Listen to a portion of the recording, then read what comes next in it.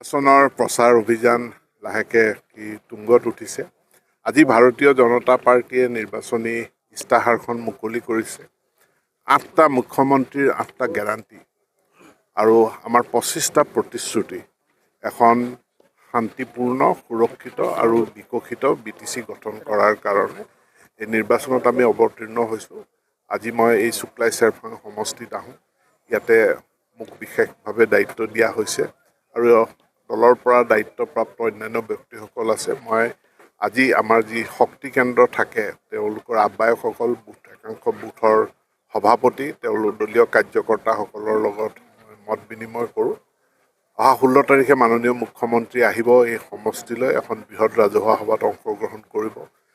সেইখনৰ প্ৰস্তুতিৰ কাৰণেও সকলোৱে উঠি পৰি লাগিছে আৰু বৃহৎ সংখ্যক ভোটৰ ব্যৱধানত মই ভাবোঁ যে আজি কাৰ্যকৰ্তাসকলৰ লগত কথা পাতি এইটোৱেই লাগে যে তেওঁলোক আত্মবিশ্বাসী আৰু এইটো ইলেকশ্যনত এই সমষ্টিত, শুক্লাই চেৰফাং সমষ্টিত আমি জয়লাভ কৰিম বুলি মোৰ বিশ্বাস।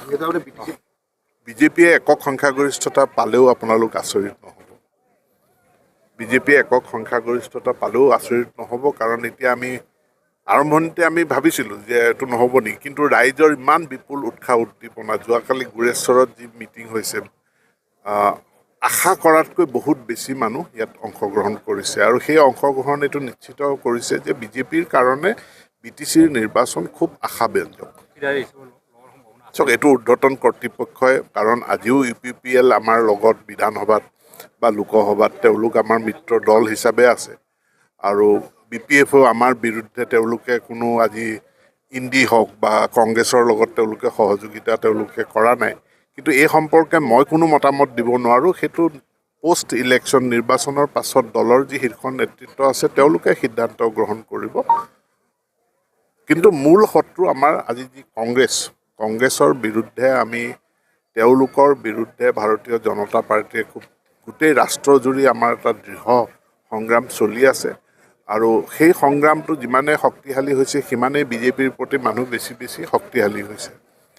ডেভেলপমেণ্ট এইখন চৰকাৰৰ দিনত সি অভূতপূৰ্ব শীৰ্ষতা পাইছে আৰু এই ডেভেলপমেণ্টৰ ইছ্যুটো BTCৰ কাৰণে খুবেই গুৰুত্বপূৰ্ণ, কাৰণ আমাৰ ইতিহাসৰ এটা দীৰ্ঘ সময় ধৰি পেলাই BTC এক উপেক্ষিত অঞ্চল আছিল।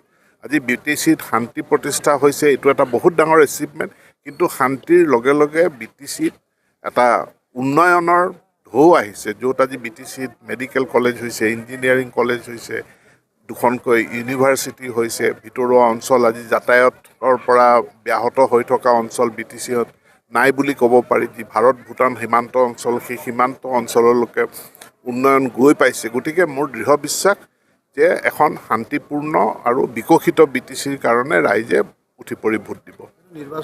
শৰণীয়া কছাৰীসকল এটা সময়ত তেওঁলোক তালিকাত আছিলে, তেওঁলোক ST হিচাপে তালিকাভুক্ত হৈ আছিলে। পিছত এইটো আমি ক'ব নোৱাৰোঁ সেই সময়তে কি কাৰণে শৰণীয়া শব্দটো সেই তালিকাখনৰ পৰা নাইকিয়া হ'ল।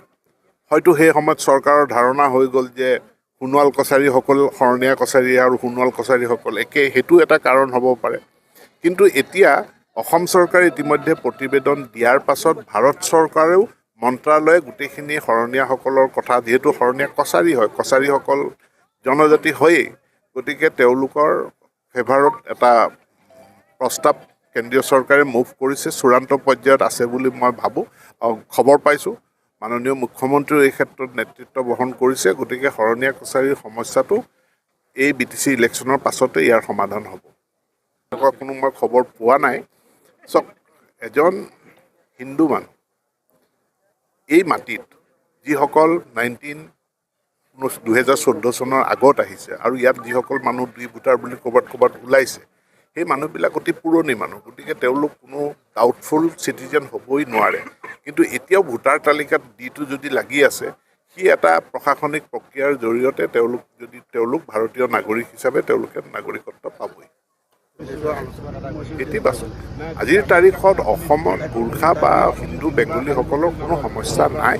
তেওঁলোকৰ পক্ষত চৰকাৰখন আছে আৰু চৰকাৰে তেওঁলোকৰ যি অৱশিষ্ট সমস্যা আছে সেইখিনিও আইনী প্ৰক্ৰিয়াৰ মাজতে, সংবিধানৰ গণ্ডিৰ মাজতে সেই সমস্যাখিনিও সমাধান কৰিব।